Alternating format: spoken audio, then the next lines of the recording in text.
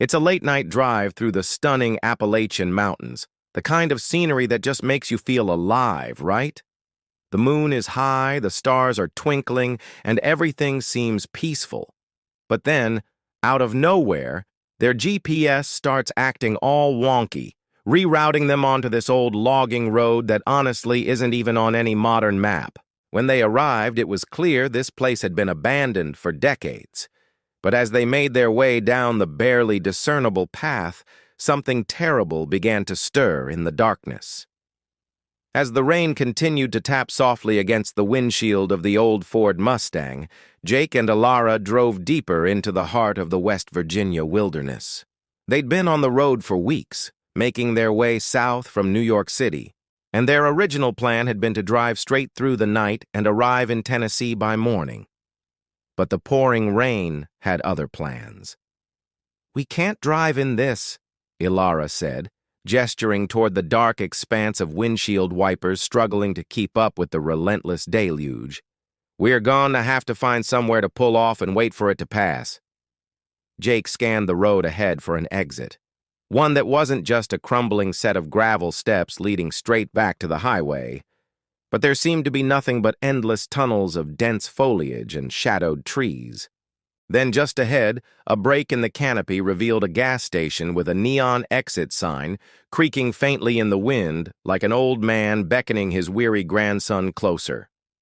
It wasn't much, just a single dilapidated building housing a few pumps and what looked like a convenience store, but it would have to do.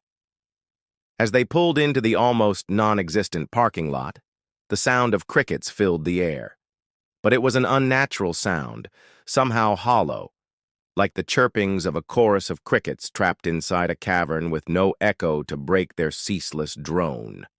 It was eerie and altogether wrong. Pushing open the door, they were met with an even stranger sight. There wasn't a soul in sight.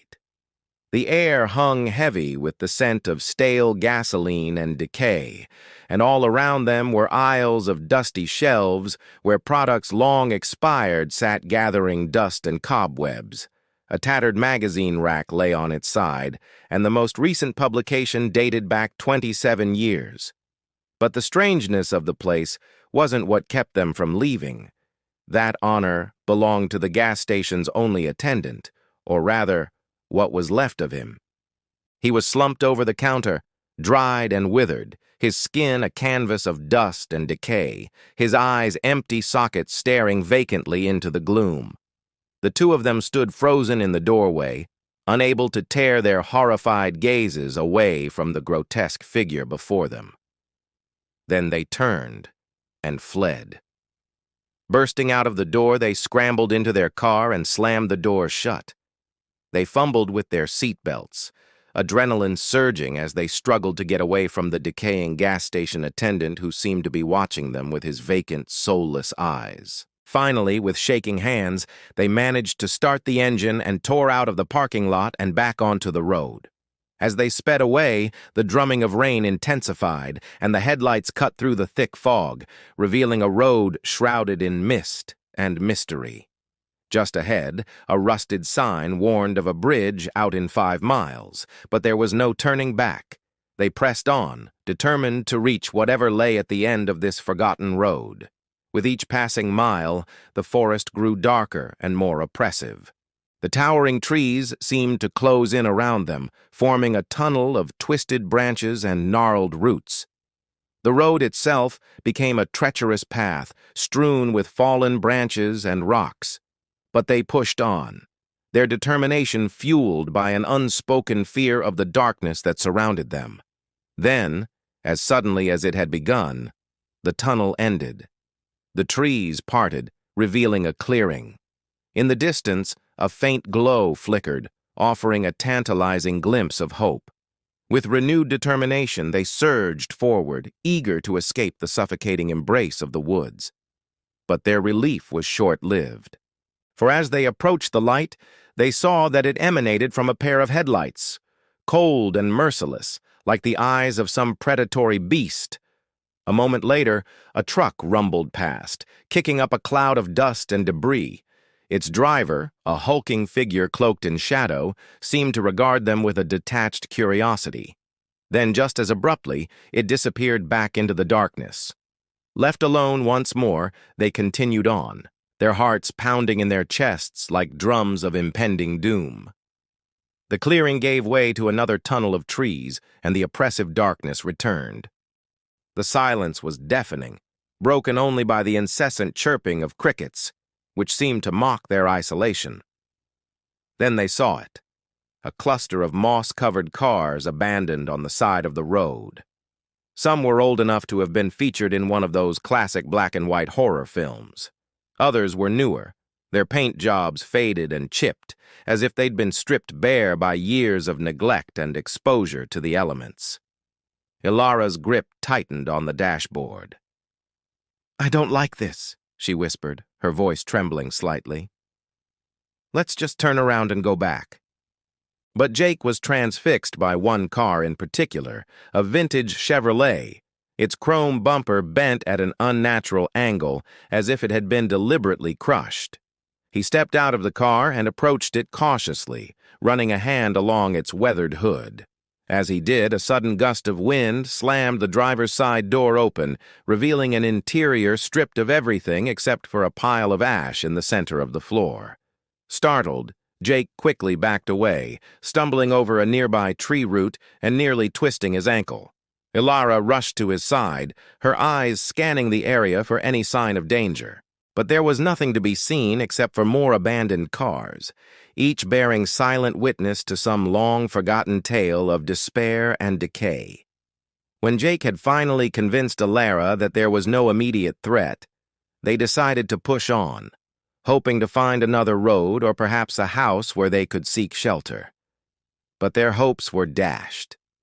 As far as they could see, there was nothing but the endless procession of moss-covered cars and the looming darkness of the trees. And then their car died. The engine sputtered and coughed, then fell silent, leaving them enveloped in an oppressive quiet that seemed to amplify every rustle and snap in the surrounding woods. Ilara's face drained of color as she turned to Jake, her eyes wide with terror. But before she could speak, a sound pierced the stillness, a low growl that seemed to emanate from the very bowels of the earth. Terror-stricken, they stumbled out of the car, desperately searching for an escape. But there was none. They were trapped. Then they heard it again, closer this time, accompanied by the snapping of twigs and the heavy thud of footsteps. Something large and predatory was moving through the trees, closing in on them with every step. As they huddled together, trying to make sense of the terrifying sounds, the trees at the edge of their vision began to stir. One by one, dark figures emerged, their faces obscured by the shadows.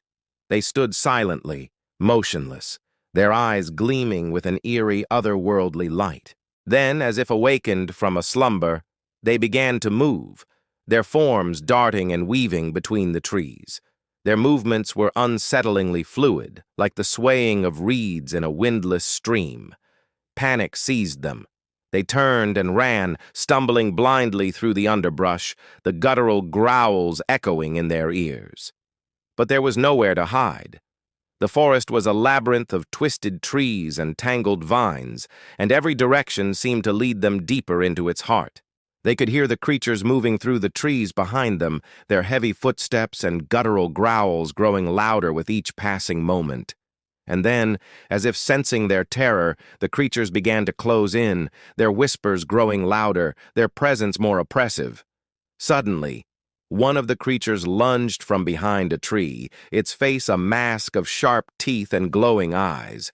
It let out a blood-curdling screech and reached out a hand toward them, its long, skeletal fingers tipped with razor-sharp claws. With a final surge of adrenaline, they broke free of the creature's grasp and stumbled out of the forest, collapsing onto the muddy ground, their bodies trembling with exhaustion and terror. As they lay there, catching their breath, they could hear the creatures moving through the trees behind them, their voices now a cacophony of snarls and screams. But then, as quickly as it had begun, it stopped. An oppressive silence descended upon the forest, broken only by the sound of their own ragged breathing. They lay there, too afraid to move, listening intently to the sounds of the night. Then, as the first rays of sunlight began to pierce through the trees, the growling and snarling grew fainter until it was nothing but a distant memory. With the first hint of dawn, they managed to flag down a passing motorist who, after a moment's hesitation, agreed to help them. When the police arrived at the scene, they found the couple's car abandoned on the side of the road, its engine still running. But the two lovers were nowhere to be found. According to the locals, the couple was never seen again. Their car was found a week later, doors wide open, but the couple was never seen again.